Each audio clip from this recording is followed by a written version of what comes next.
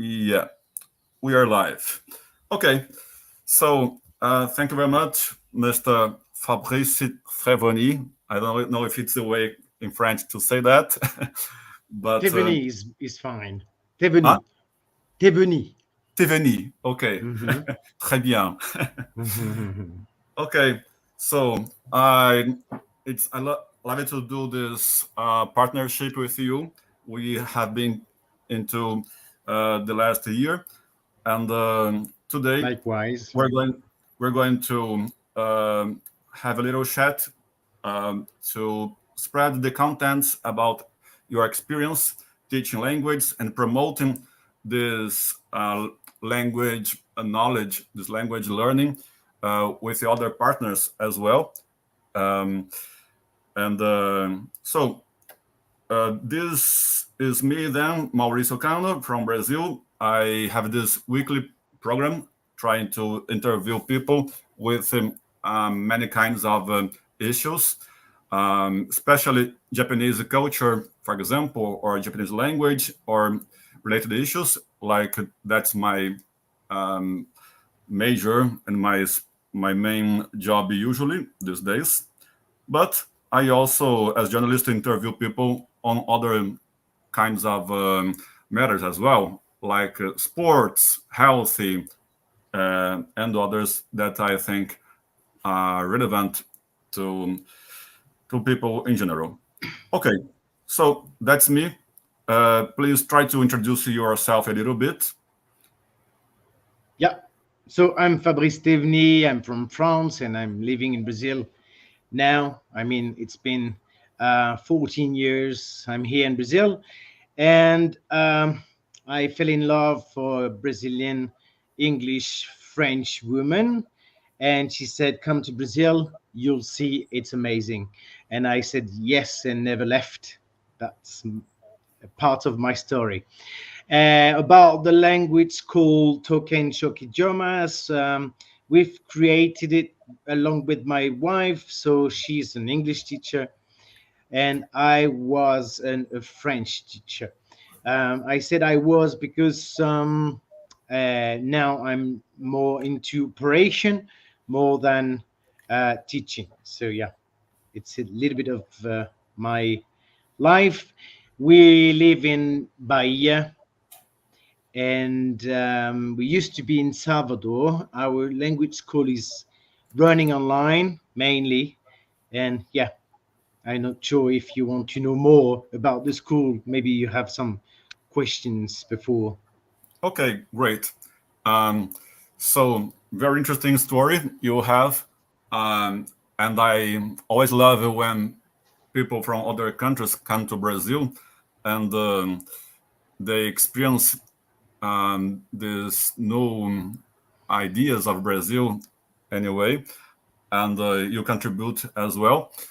Well, we're talking a bit about your main publics, yeah, your main kinds of students. They are usually more Brazilians, more French, or other kinds of publics as well in the worldwide. How could you describe your public?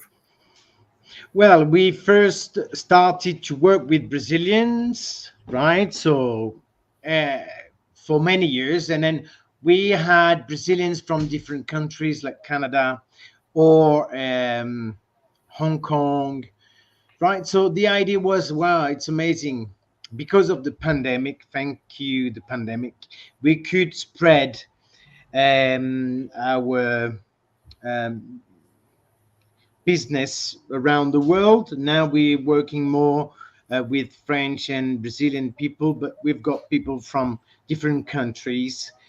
We still have people in Canada, USA, Argentina, France. Um, yeah, that's it. It's about that. Okay. So our main uh, clients, students are from France and Brazil. Mm, okay, good.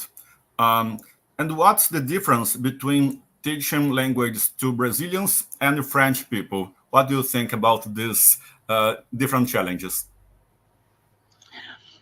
Two different way to to deal with the clients, right? French are more like straightforward, when Brazilian are like, well, some are straightforward, right, and others are more enrolados, right? So that's it. But um, yeah, that's the difference. Um, Even when we schedule classes, sometimes, you know, Brazilian are like, oh, I'm not going to have class today. Sorry, see you next week. When French are more responsible about that, respectful. But we can have French people um, doing some bad work with the teachers. But usually it's fine. I mean, it's all about conversation, communication, and scheduled the right way, right? Yeah. Um, but the reasons they or even other kind of students you have apart Brazil and France, um, the way to teach the didactics may be it must be also different. How can you evaluate this?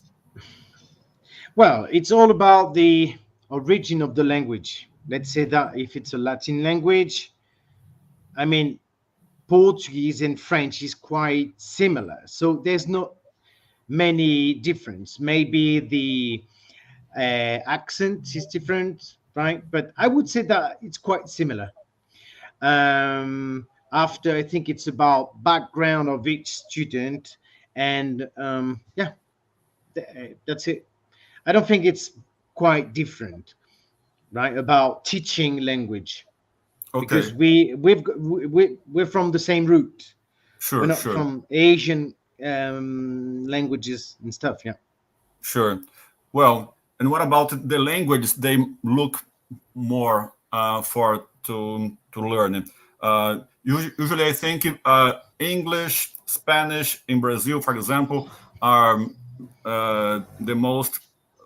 Yeah, but I don't know if it keeps doing that. Well, in my case, I teach Japanese. Yeah, we have had some partnerships into this as well. Hmm. Um, but what are the languages you teach more according to the students' needs? Well, let's say that English is definitely the most common language that students are looking for, are looking to learn. But the point is, there's a lot of competition between language providers, right? CAA and all with it, all these big companies. So it's, let's say it's hard to get new clients when let's say we've got niches into all the languages. So we work with all the languages indeed. We've got Turkish teachers, we've got Norwegian teachers, we've got I mean, Swedish. We've got people combination. Our business is combination of people, right? So the best we've got so far was a French student learning Norwegian language in English, taught by a Russian woman which used to live in Canada. That was our Wow. best combination. Mhm. Yeah, So this is our niche, let's say. Yeah. very interesting. Yeah, um, and since you were very like a child or a teenager, have you been interested into this language learning, this learning about other cultures? How that uh, language learning uh, started into your life? Interesting question. And I like to talk about it because, life is, everything is possible in life, in our life, because we never know. We're young, we don't know, we don't care about things, right? And language wasn't my stuff at all at the beginning. So, when I used to have English classes, I was bored. and not interested. Right. So, and then when came the time to go through the exam, I got the worst not possible score possible. I got 3/20, right? So it was a very bad score. And anyway, I got my diploma, and it was fine. But after that, I started to go traveling around France, meeting people that spoke English, and that things made me think like, man, you should do something because you're very late. You're bad in English, and then you need to do something. So came this option to go to Australia. This is where I lived for a year, and that started to push me to learn more and to be autodidact. I'm autodidact. I learn myself. So I've been reading, I've been teaching myself English, let's say, learning myself. So that was my first big contact of to English. Then I came to Brazil. My wife said, "Okay, come here. You'll like it." I had to learn Portuguese again. I've learned Portuguese on my own with my wife, but she never taught me the language. And then I've started to teach French, and this is the way I've learned Portuguese as well.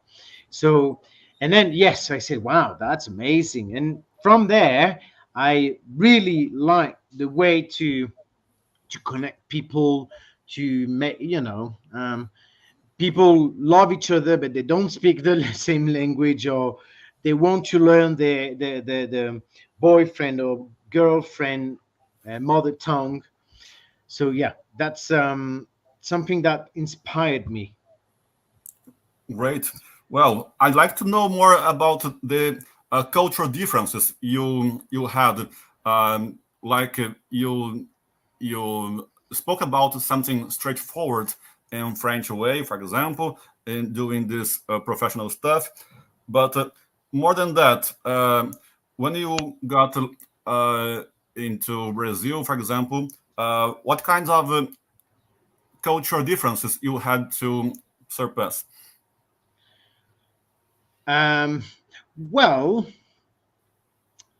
everything got to be very new.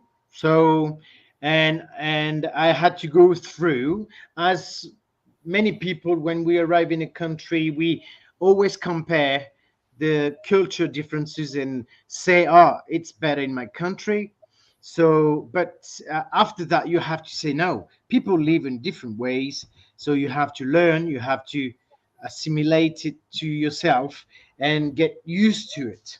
Of course, there are things, there's good things and bad things, like in Brazil, we know that, but there's more good things than bad things, especially when you arrive. When you arrive, it's like, oh, a wave of culture and and things to get through.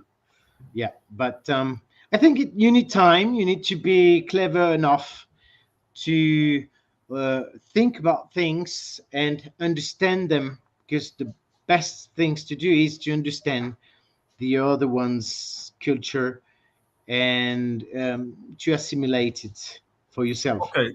Uh, Again, try to put the camera a little below again, because yeah, good. Could you be a little more specific about these differences? Independently, they you seem like good or bad, but of course, usually we start thinking everything in our own culture is the best. But little by little, we understand that well, they are different. Okay, let's go. Yeah, but could you explain some examples of differences? There are too many of them. It's going to be hard to choose to pick some. Um, I mean, the way you make friend is a way. It's very different from different countries, and Brazil is the number one country where you can have good friends in 2 days, right? When you go to France, you're going to start to talk to the people, and then you say, "Wow, it's very hard. They don't want to talk to me." right? And to compare France and Brazil, for example, France, we have the vos me say, right? This very um, posh way to talk to the people, because the vous and tu, right? So this is the first thing, right? You make some barrier between limits between you and the person who's talking to you. And in Brazil, no, it's already like, oh, tu, you, você, right? So it's already, oh, no limits, no barrier. And when you arrive in Brazil, say, oh, to the bank, let's go, have a talk. People here are just very friendly. They want to know who you are, when in other countries, they don't care, really. Interesting. So that's uh, something very important about different cultures. Um, After here, we've got African, um, indigenous, um, Portuguese, Italian, many a melting pot of people. We used to live in Salvador, so it was very African. Um, I, I would say that French people used to to know the African culture because of the colonies, etc. And France used to like music, African music, etc. So this wasn't like hard to me to like batucaba and things like this, and start to enjoy um, samba and stuff, right? More and candomblé as well. Religion, very different. About religion in France, we are Christians, let's say, I don't know, it's 70% probably. And here Brazil, everyone is Christian one day and maybe spiritual spirit another day, because people want to feel which God is the best for them. So yeah, it's one of them. Interesting. And I would say food as well, right? Different type of food. Okay, good. Okay, interesting. Well, just finishing in a couple of minutes, I would Mm. like to compare a little bit about your relationship to English, that is held as the most important language as communication, as we are doing this interview now in English. Mhm. Yeah. But thinking about structure and also about maybe feelings, what do you think, or how you behave different, maybe talking in English or in French? Maybe can you compare a little bit the structures of the language, the feeling you have about the way people talk in English or in French or in Portuguese? Can you compare a little bit of this or not? Yeah, well, the structure is easier in English, but we have to switch the order, and this is usually a problem, right? But yeah, English is easy. French, we've got those conjugations which are tricky, like in Portuguese, but I would say French is even more trickier. And English, I feel like fine speaking in English for myself, but I much prefer to speak in Portuguese. I don't know why. Maybe because I speak Portuguese all day long, probably, but I speak English all day long with my wife as well. Um, yeah, the grammar, the vocabulary is quite the same, because I would say that it's when you go through the specific vocabulary, it's the same, international, international, right? It's not that hard, right? I mean, but yeah, English is easy to learn because of the I love, you love, everyone love, except he loves, right? We have to put an S. So yeah, yeah. But French is typical as well, because we do this linking thing between words. So sometimes you don't know where to cut these phrase sentence and understand which words were said. Yeah, but it's a long. I mean, it's a long things to talk about because we only have 2 minutes, 1 minute to go, and then we've got lots of things to say about Yeah, difference between yeah. languages. Maybe we can make a deeper conversation other time. Hmm. Yeah. But anyway, it's very interesting to share some ideas. And Hmm. Also, just to finish, in fact, Hmm. I'd love to know about your experience with this African um, origin people. Like you said, in Bahia and in Brazil in general, but in Bahia especially, we have a huge influence on African culture, but Hmm. in France as well. Uh, in which kinds, which ways this influence you got, both in language and also in the way people behave, both in Bahia and in France? Can you talk about that, for example?